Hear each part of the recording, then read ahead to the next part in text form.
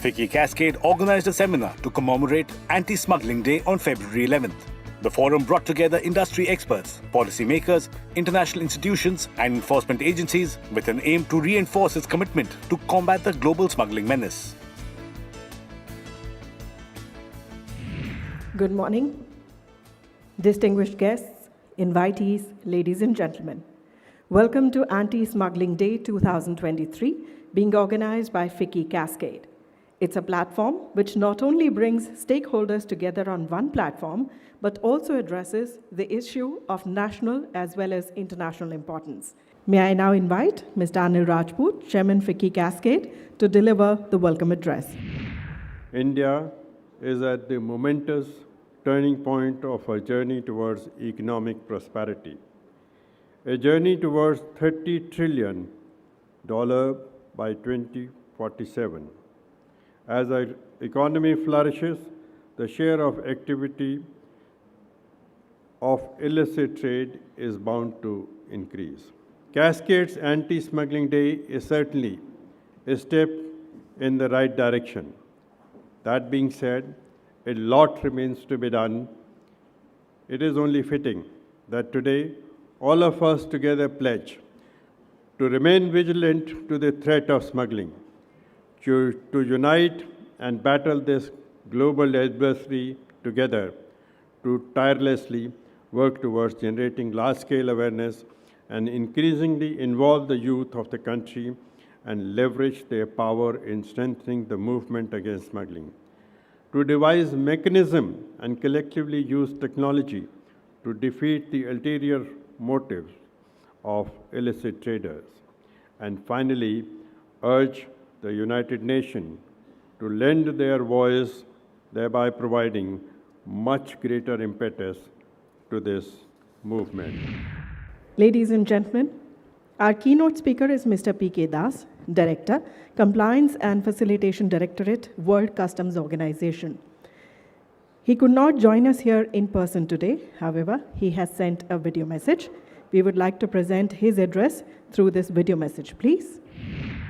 UNCTAD estimates that the illicit trade drains nearly 3% of the world's economy. That is more than $2 trillion that are lost due to smuggling. Smuggling includes the trafficking of narcotics, of arms, endangered species, money laundering, and the many other illegal activities.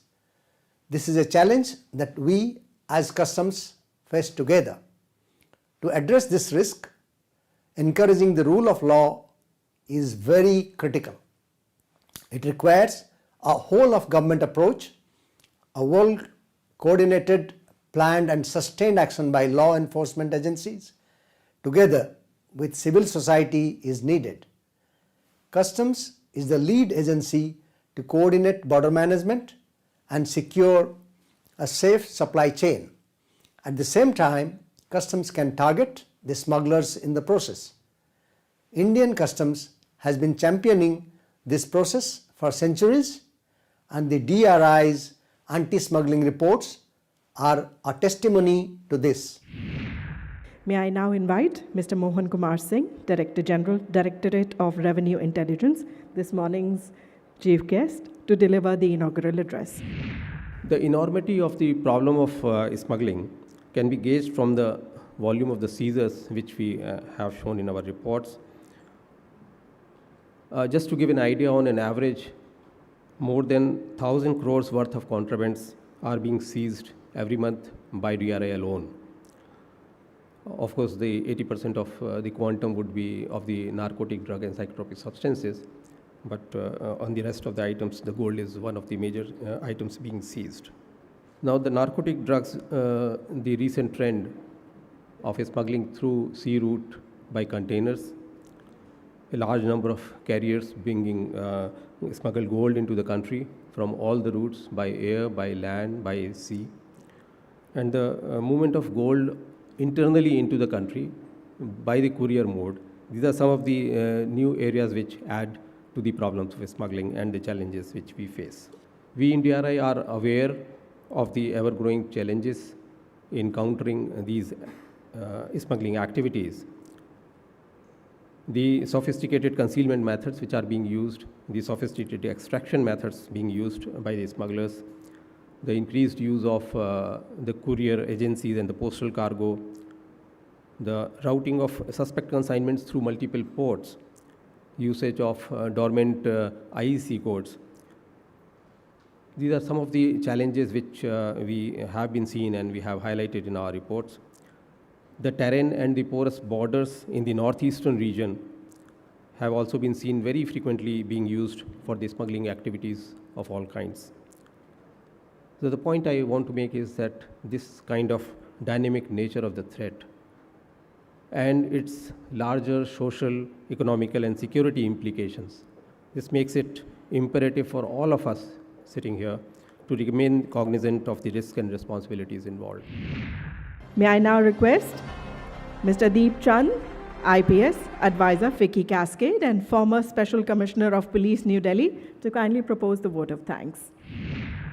Today's conference has a host of senior functionaries from leading government and international institutions like Border Security Force, Indian Coast Guard, National Investigation Agency, UNODC, Australian High Commission, and US Homeland Security, who will take part in the deliberation slated ahead in the day.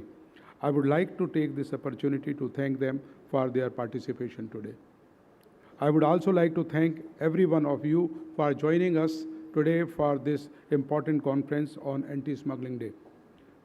Your presence is testimony to the shared commitment that we have towards combating this global issue.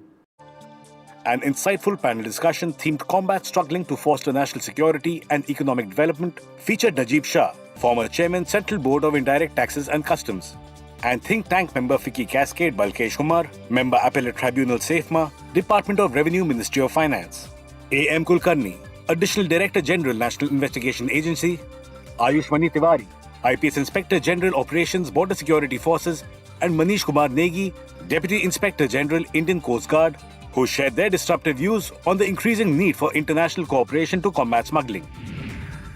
When we see the kind of impact which smuggling has on the Indian economy, and which does not only impair the economic security but the national security as well. Smuggling is that part of deleterious activity in the country which has both multidimensional as well as micro and macro impact. When we are talking about smuggling, we are talking about complete gray area. At best, there can be guesstimates. Agencies have estimated smuggling by the size and the number of seizures which are effected. That gives us some sort of an indication as to what goods are involved in smuggling or which areas of the country are more susceptible to smuggling. Smuggling, it can happen through the land border. We have BSF personnel here for that. It can happen from the sea border. We have a Coast Guard personnel here. And it can have, when I said multidimensional impact, it impacts not only the economy, but it also can have such serious dimensions as terrorism linkages. When I say that, one obvious thing is that smuggling leads to a parallel economy, and which is totally uncontrolled. It has a dark world of its own, and we have seen from our experience that it impacts sectors like health, and I'm talking about those sectors which are not so obvious, health, damage to the ecology and to the environment. Also, it has impact on the technology. So, then, of course, at the macro level, the economic development in itself, it changes the priorities, where the resources are to go in, as well as on the economic and national security. Thank you very much, Balesh. I give the floor now to Mr. Kulkarni.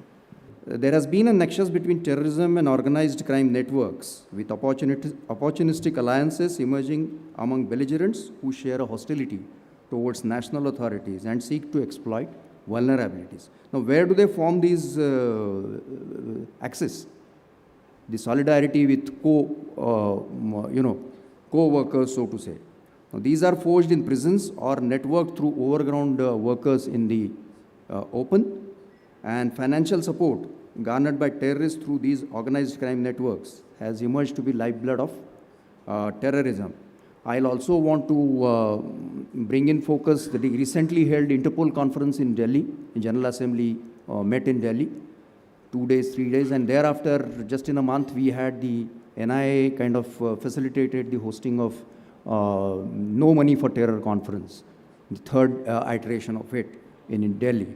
And both of them received huge response internationally. And of course, we also learned a number of things in the process. Thank you very much, Mr. Kulkarni. We move now to our next speaker, Mr. Tiwari. He comes from the Border Security Force. After the misadventure of Pakistan in the Kutch in 1965 April, it was felt that we need to have a central border guarding force, and that's how BSF came up with just about 25 battalions on the 1st of December 1965, and we had co-opted a lot of state armed police which were there on the Pakistan border. So starting with the small strength of 25 battalions in 65, and post the liberation of Bangladesh in 1971, in which again BSF had played an important role in terms of kind of providing logistical support and training to Mukti Bahini or the Mukti Jodhas. We have come a long way to be a force of 265,000 strong officers and men guarding the borders at Pakistan and Bangladesh. From 25 battalions, we have gone up to 193 battalions. Now, basically, BSF is meant to, it has a peacetime role and a wartime role. During the wartime exercise, it comes under the operational control of the army, while during the peacetime, which is the major part of what we do, we are supposed to maintain the sanctity of the border, and this is as per the BSF Act, to prevent infiltration and smuggling, to instill a sense of confidence in the border population. The last speaker, the last panelist is Mr. Manish Kumar Negi. Unlike land borders, we cannot put fencings, as it is very well known to each and every one of you. So what are we doing? What kind of threat we perceive? Basically, our nature of threat to the coastal state varies according to the regional interest, economic situations, and other circumstances, which acts as a catalyst to fuel traditional as well as non-traditional threats. If we look at our subcontinents, we are at a very low comfort zones as we stand amidst hostile and unstable neighbors, which is detrimental to our regional peace and may fuel transnational crime. We all know that most of the traded goods have been historically from the sea. So we can say smuggling is also as old as maritime trade. When we come to smuggling, the smugglers or the criminal networks have a free hand at high sea because no states have a sovereign right at high seas. However, due to our 24/7, 365 days presence, we have been quick and effective to respond to emergent situations at sea. I can proudly say that since our inception, we have confiscated around 14,850 crores of contraband. And since last year itself, we have confiscated around 2,924 crores of contraband.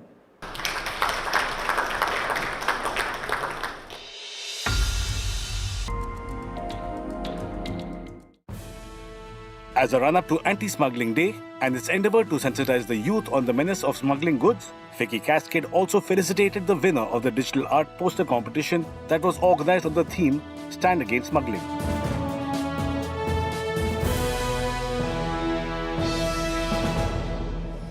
Another breakthrough discussion themed strengthening the global strategy to combat smuggling featured Anil Sinha, former Director, Central Bureau of Investigation, and think tank member FICCI Cascade, Joanne Pryor, Councillor, Australian High Commission, Marco Teixeira, Regional Representative, South Asia UNODC, Jason Goodling, Assistant Attaché, Homeland Security Investigations, US Embassy, and Ramesh Kalisam, CEO IndiaTech.org, who delved deep into the various international practices and approaches adopted to curb smuggling.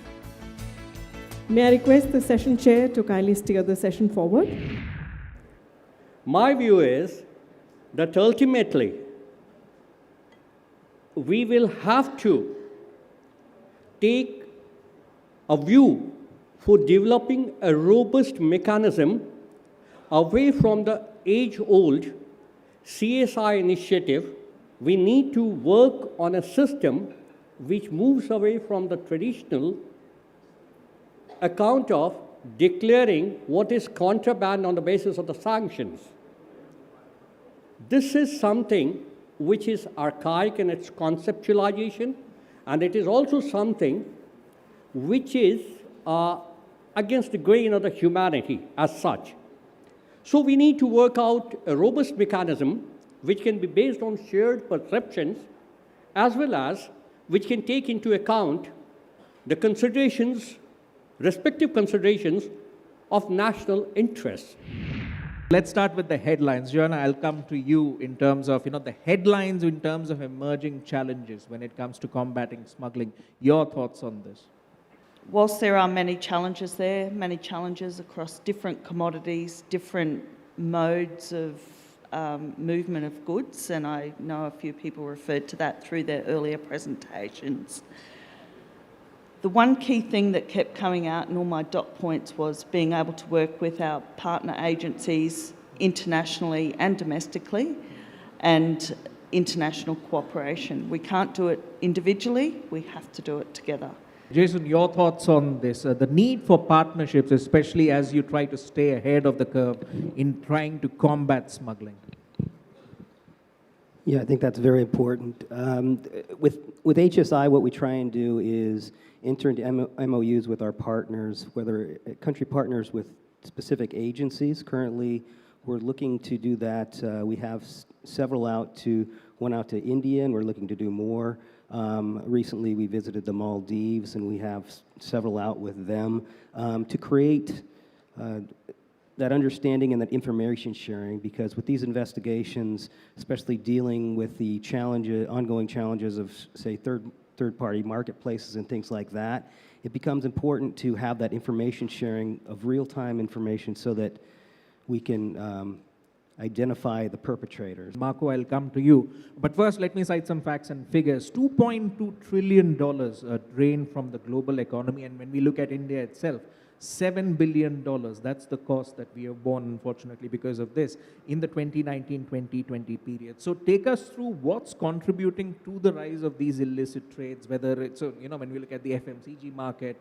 tobacco products, alcoholic beverages, or mobile phones. These seem to be the key products here. So what's contributing to the rise, and how do we address them? I think we need to look at smuggling as any other regular business. It is profit-driven. The business model are highly professionalized. This means our intervention also leads to go in the same line of professionalization. The small handlers, and I think you mentioned this, are always opportunities to go to the disruption of the organized criminal groups that are actually driving these amounts of money and commodities across borders. The second element that I would like to mention is the level of profitability of this, how much they can generate in terms of revenues to robust the criminal operations, and how much this deprives the states of regular customs associated with regular business. Ramesh, you want to take up on the use of technology that we are seeing? And India is rising exponentially in the use of technology, but looking at the other side, the use of technology for nefarious purposes. What's your bird's eye view?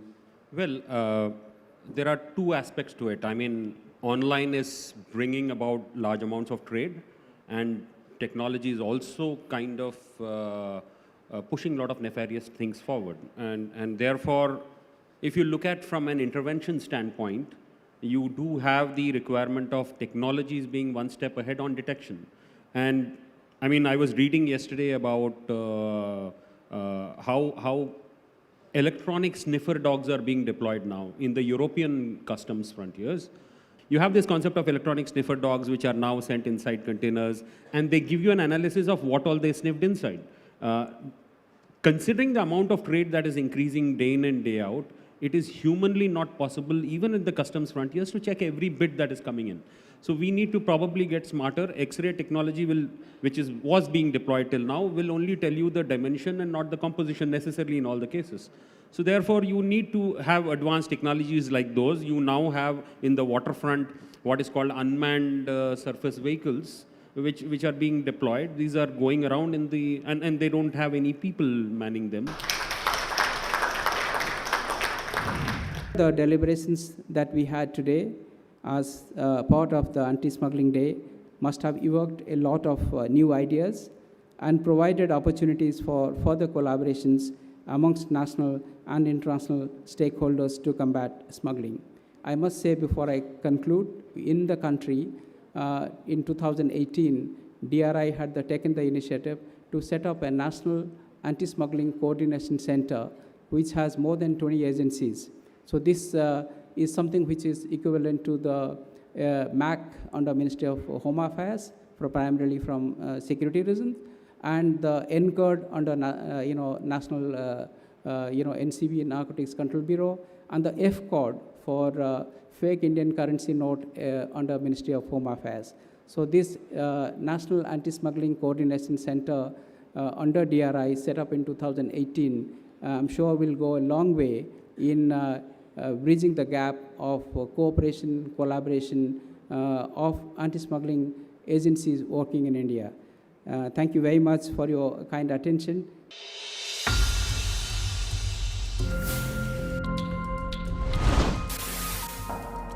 FICCI Cascade